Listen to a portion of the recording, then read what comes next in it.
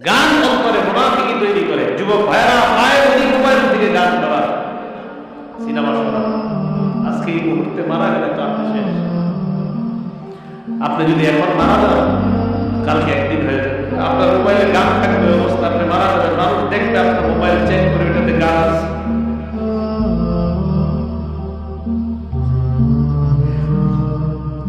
আপনি এখন মারা গেলে মানুষ আপনার মোবাইলে চেক করে দেখবে এটাতে গান আছে, সিনেমা আছে। গান সিনেমা মোবাইল থেকে ডিলিট করে দেন, তওবা করেন। পৃথিবী সাক্ষী হয়ে যাবে যে ছেলেটা মারা গেছে, ওর মোবাইল সিনেমা, ওর মোবাইলে নাটক আছে, মানুষ সাক্ষী হয়ে যাবে আপনার গুনাহে। মোবাইল থেকে আপনি গান ডিলিট করে দেন, নাটক ডিলিট করে দেন।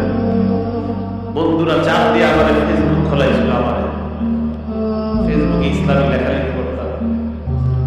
কিছুদিন পর বুঝতে পারলাম এখানে সময় লেখালেখি যদিও আমি করি, মানসিক যুদ্ধে লিপ্ত হইতে হয়। ফেসবুক মানুষ পক্ষে লেগে বিপক্ষে লেগে পারমানেন্টলি আমি ডিলিট করে দিচ্ছি। আমার ফেসবুক নাই। আমার জীবন কি চলে না বলেন? চলে, আগের চেয়ে ভালো চলতেছে। আমি যুবক ভাই যারা আছেন, যাদের মোবাইলে গান আছে, আপনি একবার ভাবেন আপনি মারা যাওয়ার পর আপনার মোবাইল তো আপনার অন্যরা চেক করবে, যারা আপনার খুব ভালো জানে, চেক করে দেখবে ওখানে গান সিনেমা নাটক এমন অশ্লীল কিছু আছে, কল্পনাও করতে পারবে না।